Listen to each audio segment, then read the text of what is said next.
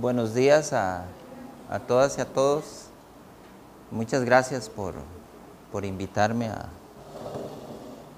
a contarles un poquito lo que hicimos en el pasado y más tarde lo que estamos haciendo en el presente. Me pidieron que les hablara un poquito del esfuerzo del tema relacionado con ecorregiones terrestres. En realidad este fue un proceso muy largo.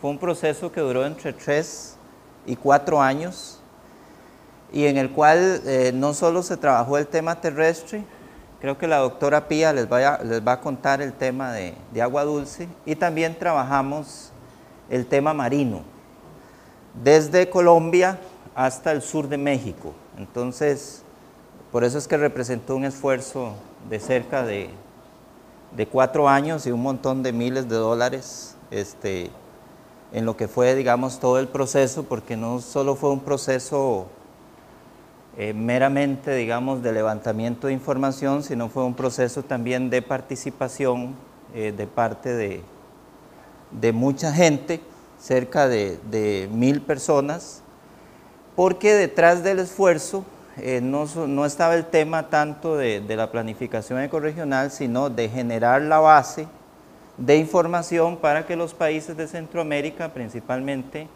hicieran los análisis de vacíos de conservación que los sistemas de áreas protegidas en aquel momento estaban siendo demandados por la Convención de Biodiversidad con el programa de trabajo de áreas protegidas. Exceptuando Costa Rica, que sí llevaba un proceso, digamos, una inercia local, pero el resto de Centroamérica realmente requería muchísima asistencia en la parte, digamos, de levantamiento de información. Entonces yo les voy a contar rápidamente este esfuerzo que significó, como les digo, más de 3 años. Y básicamente lo que se trabajó en la parte terrestre fue desde Panamá hasta esa parte del sur de México. Y básicamente digamos, el criterio del por qué se está trabajando así era porque en el caso terrestre empezamos a usar comunidad de planificación, las ecorregiones terrestres, y pues las ecorregiones terrestres del norte de Centroamérica continúan en el sur de México. Entonces, digamos, esa es una de las razones. Ahí van a ver que en la parte de agua dulce es probablemente similar, y en la parte marina sí se partía, digamos, desde Colombia, también por la cuestión, digamos, ya de ecorregiones marinas. Partimos de ecorregiones terrestres, tal y como probablemente las conozcan, ¿verdad? Digamos, el proceso que inicialmente propuso el Fondo Mundial hace varios años. Sin embargo, este proceso fue transformando, fue evolucionando, digamos, básicamente los límites de estas ecorregiones y el detalle con el cual, digamos, ya aterrizamos a nivel de los países. Y uno de los principios fundamentales es básicamente que el trabajo en todo el planteamiento que había sobre análisis de vacíos de conservación a nivel de los países, pues no se valía simplemente que cada país hiciera, digamos, su análisis de vacíos sin entender que la biodiversidad no tiene ni pasaporte ni tiene nacionalidad. Entonces, digamos que el análisis, el planteamiento inicial es abarcando todo, ignorando, digamos, las fronteras políticas. Se usaron varios principios para la evaluación. Los principios, digamos, clásicos de la biología de la conservación, que hoy con cambio climático estamos revisándolos. Principios de restauración, de resiliencia, de redundancia, de representatividad. Y básicamente cuando trabajamos a escalas, digamos, a estas escalas regionales, ¿verdad? Pues vamos a tener un sistema de clasificación donde partimos de biomas, ecorregiones, unidades ecológicas terrestres, que fue el nombre que le dimos, y luego el tema de las formaciones vegetales. Pero básicamente el análisis se concentró digamos, en este nivel de la clasificación que se utilizó. Y pasamos por varias fases de evaluación. Básicamente también aquí empezamos con un planteamiento del Fondo Mundial y en la parte metodológica entonces empezamos a meter la teoría keynesiana, ¿verdad? Entonces empezamos, digamos, a mezclar y después metemos a CI, ¿verdad? Porque todas estas organizaciones tienen filosofías. En este proceso prácticamente fusionamos todas las filosofías que existían para abordar el tema de conservación. Entonces, partimos de una identificación de objetos,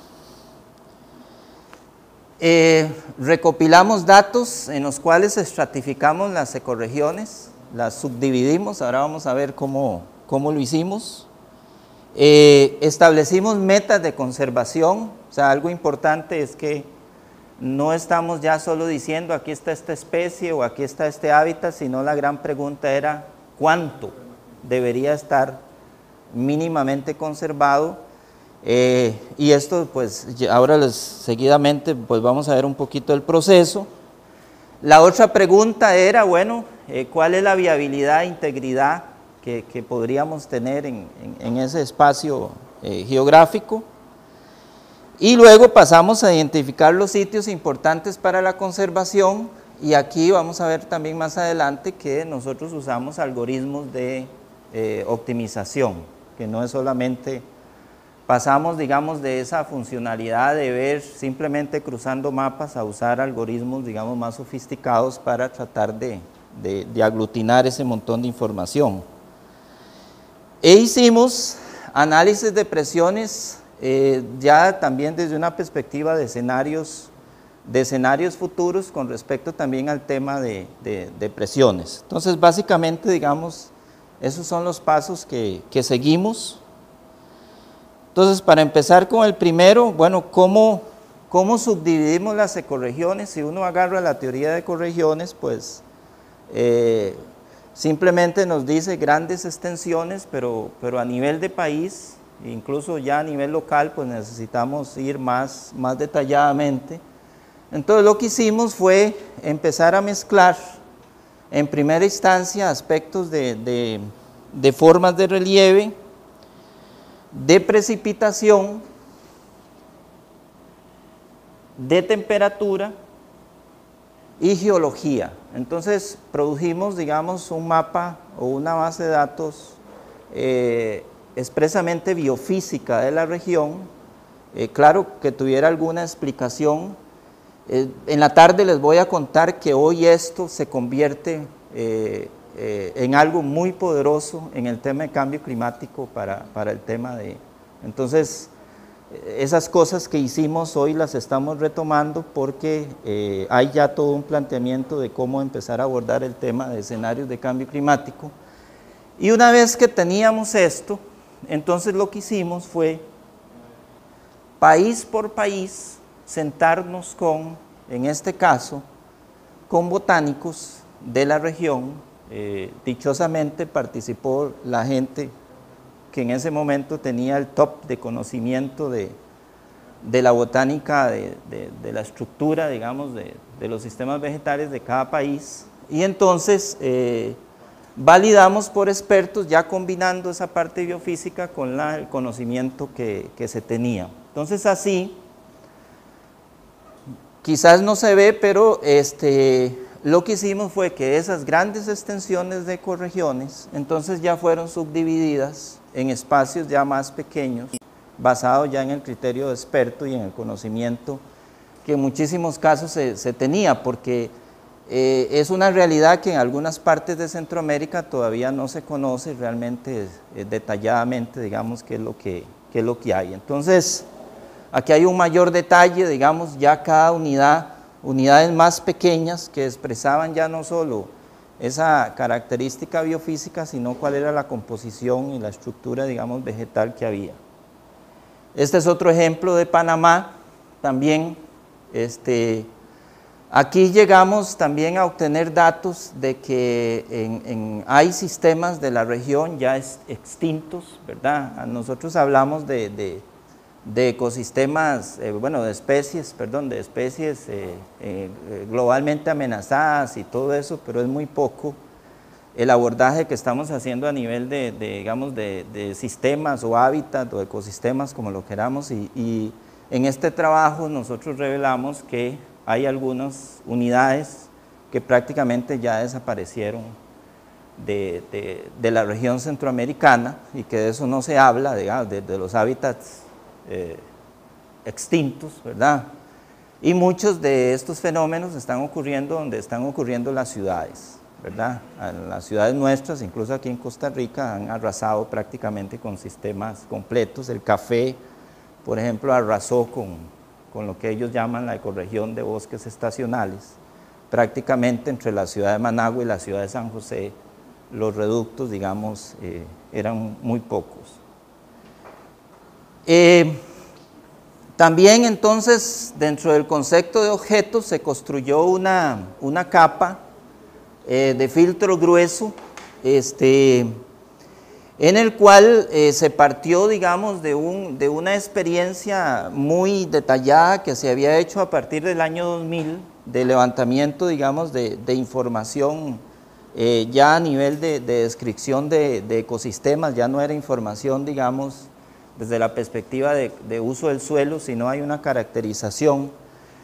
Y el proceso le agregó algunas capas que digamos, por la edad tecnológica de los sensores remotos hubo que detallar. En el caso, digamos, de los sistemas secos, este proceso, por ejemplo, se financió proyectos muy específicos para levantamiento de cartografía en sistemas secos, principalmente en El Salvador, Nicaragua y Honduras, que era donde no se tenían mapas, digamos, detallados de los sistemas que representaban, digamos, sistemas secos.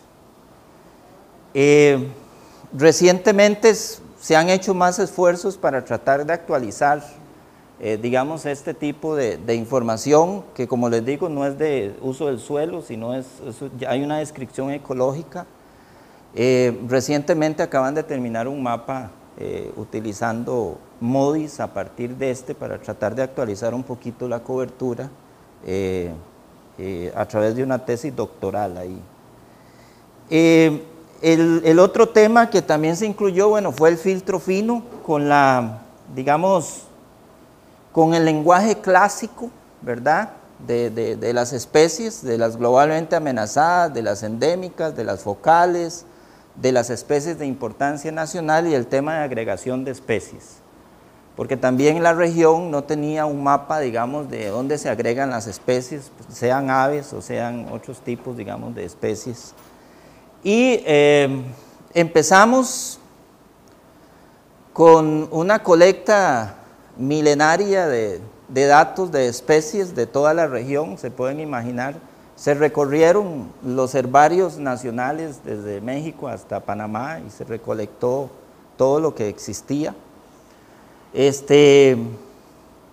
Al final solo logramos modelar 20 especies de mamíferos, 31 de reptiles, 58 de aves y 196 de flora, que por cierto la parte de fauna nos la colaboró el INVIO, y la parte de flora lo hicimos con herbarios, desde el Colegio de la Frontera Sur en Chiapas hasta Panamá.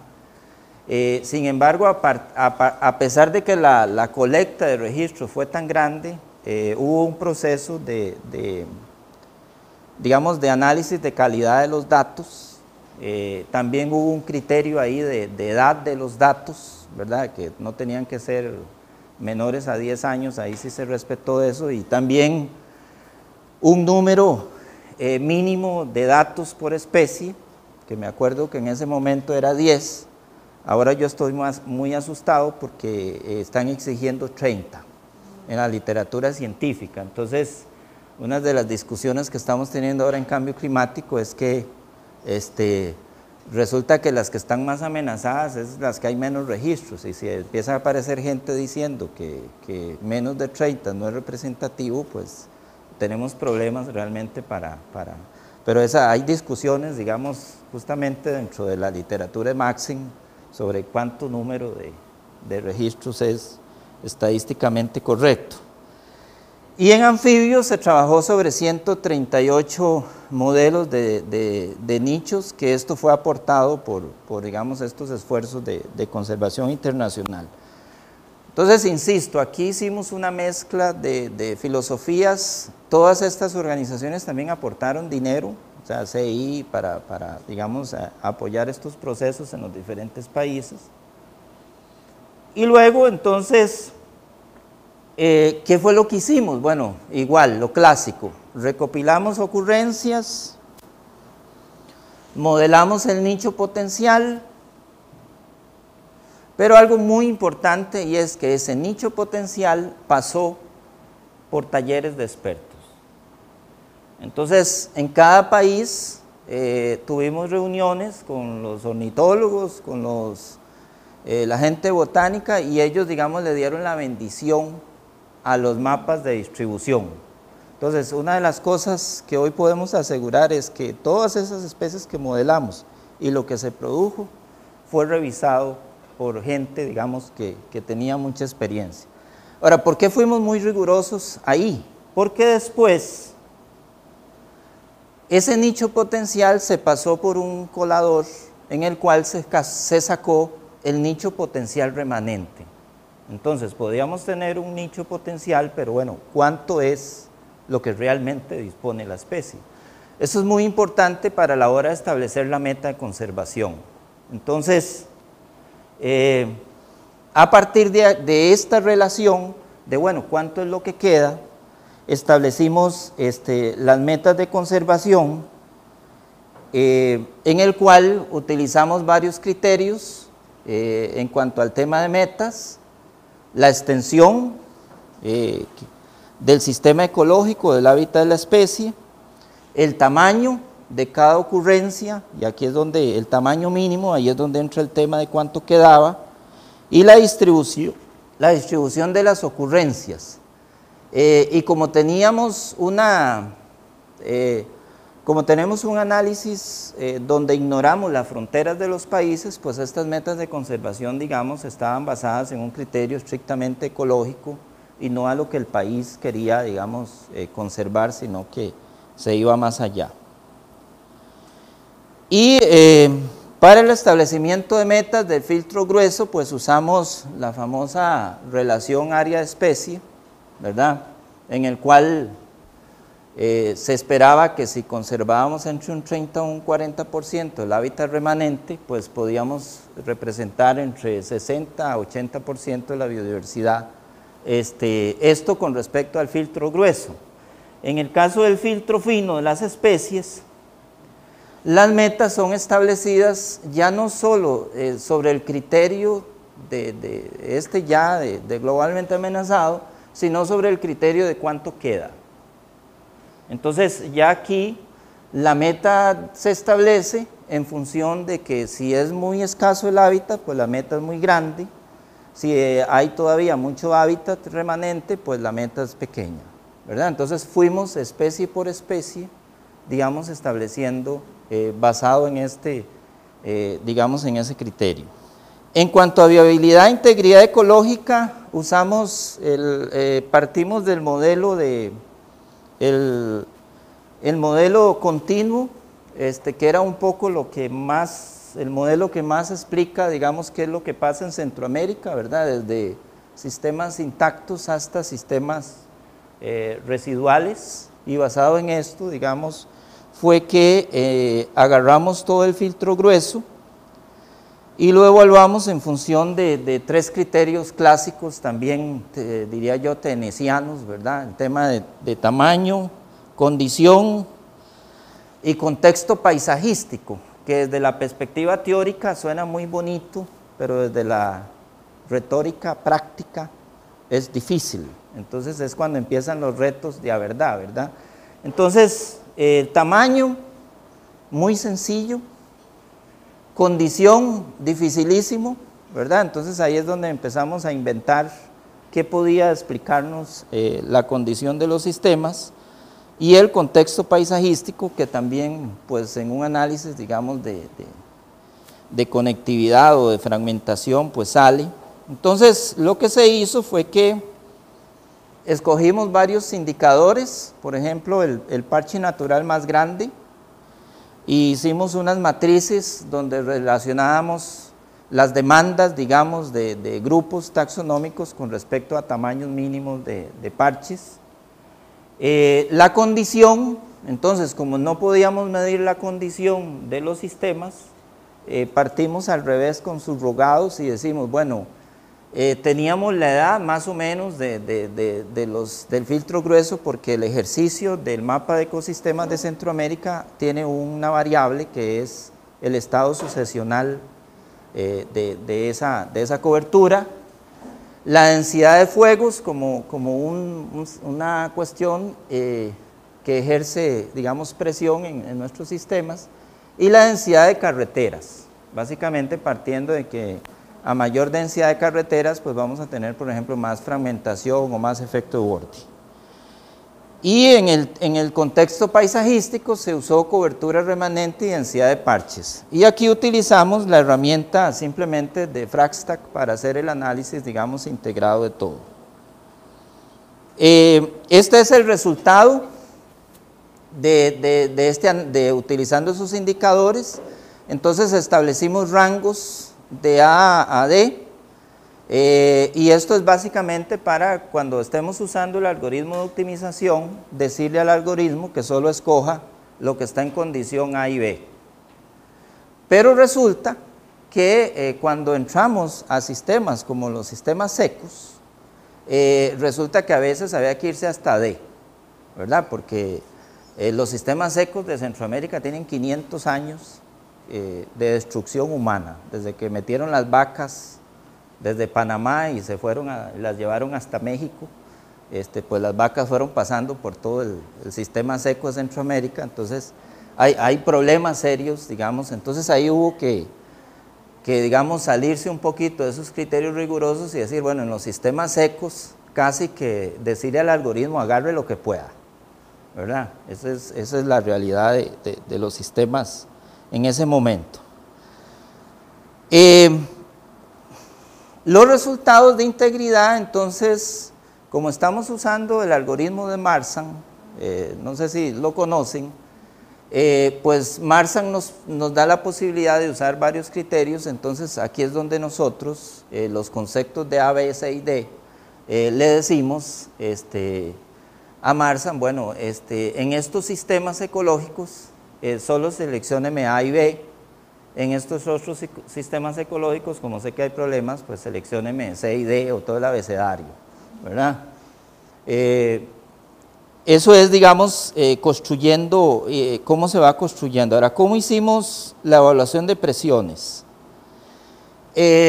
Hicimos un modelo de población de 1990 al 2015, pero no fue simplemente coger la población, los habitantes por kilómetro cuadrado y ubicarlos. Uno de los problemas que tenemos cuando usamos población es que no sabemos a dónde está la gente. Nada más nos dice, hay tanta gente. Entonces lo que hicimos aquí fue desarrollar un modelo en el cual con varios criterios se agarró el dato de población y con el modelo se distribuyó en el territorio, digamos, en este caso del distrito, dependiendo de los obstáculos con los cuales la población se encontraba. Por ejemplo, pendientes, ríos, o sea, todo lo que significaba que la gente era obligada a vivir, digamos, en un, ¿cómo se llama?, aglutinada porque la pendiente no lo permitía, o un río, o el mar, o cosas de ese tipo, o un humedal. Entonces se hizo un modelo de población, como les dije, de varios años, del 2000, del 2005, porque también se trató de meter amenazas futuras. O sea, no solo las amenazas que en ese momento tenía la biodiversidad, sino nosotros decíamos, bueno, estamos haciendo un proceso de planificación hoy, pero que en la realidad se va a implementar quién sabe cuántos años. O sea, ya llevamos 5 años y sabemos que solo algunos países están haciendo algunas cosas. Entonces había un poco que proyectarse al futuro.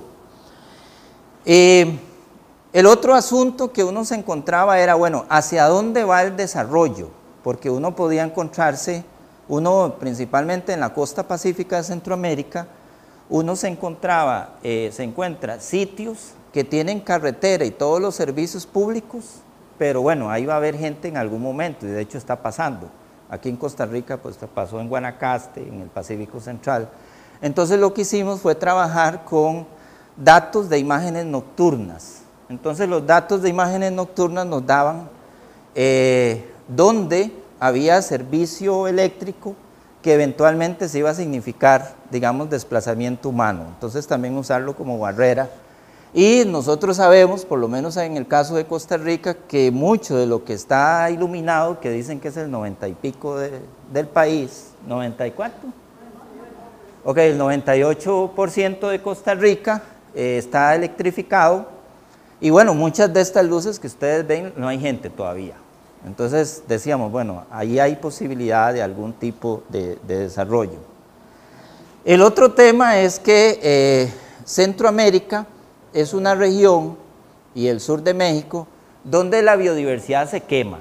O sea, nosotros somos una región donde rostizamos biodiversidad absolutamente todos los años. Entonces los fuegos significan una amenaza sumamente relevante para la biodiversidad. Entonces, estudiamos un poco el comportamiento de fuego durante en este caso el mapa es de 5 años, durante 10 años, y entonces hicimos modelos para proyectar, digamos, las tensiones que podía tener en el futuro cercano el tema de los fuegos. Entonces, relacionando el tema de tipos de vegetación con la ocurrencia de fuegos, con el tema cultural. En Centroamérica hay un tema cultural con el fuego, o sea, muy arraigado, o sea, el norte de Nicaragua para arriba hay un amor eterno hacia el fuego, y eso tiene una explicación cultural, porque las prácticas culturales ancestrales es que para cazar se hacía fuego para encerrar al bicho, mientras que al sur lo que hacían era tirar en barrancos ¿cómo se llama? Los animales, ¿verdad? Para la cacería. Esas fueron explicaciones, digamos, que nos daba un antropólogo yo les enseñaba los mapas y le decía, explícame por qué, aparte del tema climático, hay un tema cultural detrás. Entonces proyectamos un poco el tema de la probabilidad de fuego. Es interesante porque este año Costa Rica está sufriendo una proliferación de fuegos, y resulta que revisando el modelo está prediciendo que efectivamente, o sea, en los próximos años, y este es un tema que con cambio climático es sumamente relevante en la región. Entonces hay que seguir dándole al tema de fuegos. El otro tema es el tema de los corredores de transporte. Lo que les decía, bueno, cómo esas carreteras se convierten en fragmentadoras o en el tema de efecto de borde. Y también, a pesar de que no se ve muy bien, en el Caribe los corredores de transporte son los ríos. Entonces, nosotros tenemos ríos en el Caribe, no solo en Costa Rica, sino los que son de Nicaragua y Honduras, que los ríos son como autopistas, ¿verdad? Solo hace falta ponerle semáforos y señales de tránsito, pero son igual de nocivos ya para la diversidad, digamos, de agua dulce. Entonces, corredores de transporte, por eso le llamamos así, no es un tema de carreteras, es un tema de por dónde se mueven con lo que se muevan, ¿verdad? El otro tema que es muy importante, principalmente en el norte, en los sistemas de coníferas, es el tema de las plagas. Este es un mapa que se construyó digamos, de los históricos de las plagas forestales, básicamente con el gorgojo que ataca las coníferas y que, dicho sea de paso, arrasó con un parque nacional entero en Belice. No sé si hay alguien de Belice, pero el tema de coníferas con el tema de fuegos mezclado ahora con el tema de calentamiento es un tema a poner muchísima atención sobre el futuro, digamos, de los sistemas, estos sistemas principalmente al norte de Centroamérica. Y no se ve bien, pero Detallamos la minería. O sea, sí. No sé, bueno, son punticos. Ah, bueno, ahí se ve. Una de las cosas interesantes que hicimos fue un trabajo de levantamiento de todos los, digamos, de todas las explotaciones mineras o que tenían ya permiso para empezar a operar en los próximos años. Entonces, todos estos punticos son, digamos, permisos de exploración o de explotación, ¿verdad? Porque eso significaba, digamos, que en el futuro iba a haber problemas con la minería. Bueno, ahí, como les digo, como son punticos, pues básicamente no se ve bien. Entonces, con toda esa información de presiones, entonces se construye un mapa en el cual se elaboran criterios desde muy alto hasta abajo, ¿verdad? Y entre más café está, significa que hay mayor, digamos, combinación de todas estas capas, ¿verdad? Porque entonces en el algoritmo de optimización teníamos no solo que decirme, consérveme esto bajo esta condición, pero además evíteme a la gente, ¿verdad? Ese es un poco el tema. Entonces, los que no están familiarizados con un algoritmo de optimización, en este caso, nosotros usamos Marsan. Básicamente lo que hace es que uno construye una capita de hexágonos y el software lo que hace es que analiza lo que está dentro del hexágono y básicamente el algoritmo es muy sencillo.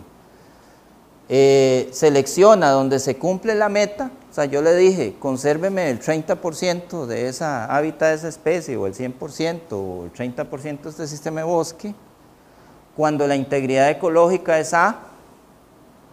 Si no está en A, hágame el favor y se rellena con B, ¿verdad? Y si no, no me escoja nada. Y donde las presiones humanas son bajas. Entonces, básicamente, digamos, así es un poco como se ve. Lo que estaría en verde oscuro es donde esta condición es la mejor, lo verdecito es donde es B, digamos, y esta parte de aquí es donde no. Entonces uno puede ver cómo el algoritmo va escogiendo, digamos, eso. Y los resultados que al final el algoritmo nos da son este tipo de resultados, ¿verdad? Donde uno puede ver los sitios de mayor concentración, los sitios que eventualmente podrían servir para conectividad, ¿verdad? Para restauración.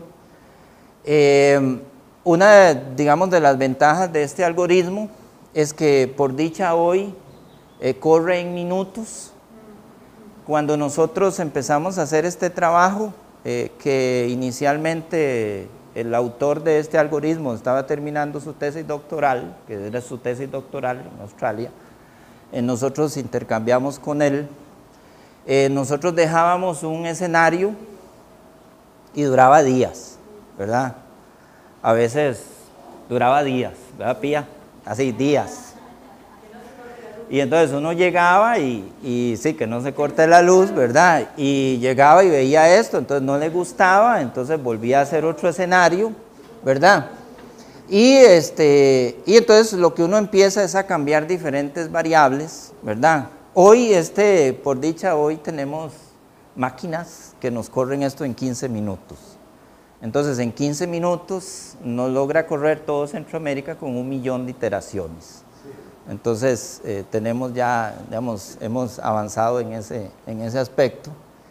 Y después, los resultados, otra vez nos devolvimos a los países y se hicieron talleres en todos los países para revisar que la gente, digamos, estuviera contenta, porque es muy interesante, yo que estuve en este proceso, las asambleas de las preferencias taxonómicas que hay entre nosotros, ¿verdad? Entonces el ornitólogo dice, hay que proteger esto porque está esta, y el del anfibiólogo dice, no, esta otra, y entonces aquí tratamos de, digamos, de llevar a eso, y al final el resultado era esto, ¿verdad? Que es un poco esos sitios donde se combinan todos esos criterios, y a partir de aquí, exceptuando Costa Rica, que tenía su propio proceso y que Gustavo les contó el tema de grúas 2, el resto de Centroamérica sí utilizó, por lo menos lo mínimo que hizo fue que ya tenía la información,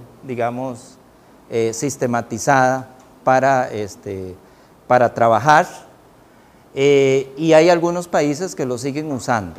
Entonces, ayer que comentaban el tema de los planes y planes y planes, ¿verdad? Yo me hice allá como así, porque yo trabajé 10 años en TNC, y yo creo que yo decía, bueno, es que solo están mirando los planes, ¿verdad? Realmente mucha gente nos formamos, nos educamos, nos becaron, aprendimos mucho. Muchas de las cosas que generan esos famosos planes, a veces lo importante no es el documento, lo importante es el proceso, ¿verdad? El proceso no solo la generación de la gestión de información, o sea, poder aglutinar, poder sentar en una mesa a Raimundo y todo el mundo, y que se dejen unos con las globalmente amenazadas y los otros con esta otra cosa y los otros. Yo creo que esos procesos, digamos, son importantes. Y algo muy importante, la curva de aprendizaje que hoy tenemos en cambio climático, y más tarde me invitaron también a que les hablara, viera cómo nos ha resuelto el tema de cambio climático haber pasado por estos procesos, digamos, duros de creación de metodologías, de pruebas software, de entender que la computadora no era la apta, ¿verdad? O sea, de un montón de cosas. Entonces uno dice, no, se hizo el plan, dicho sea de paso, de esto no se hizo ningún plan, o sea, no hay ningún plan, ¿ok?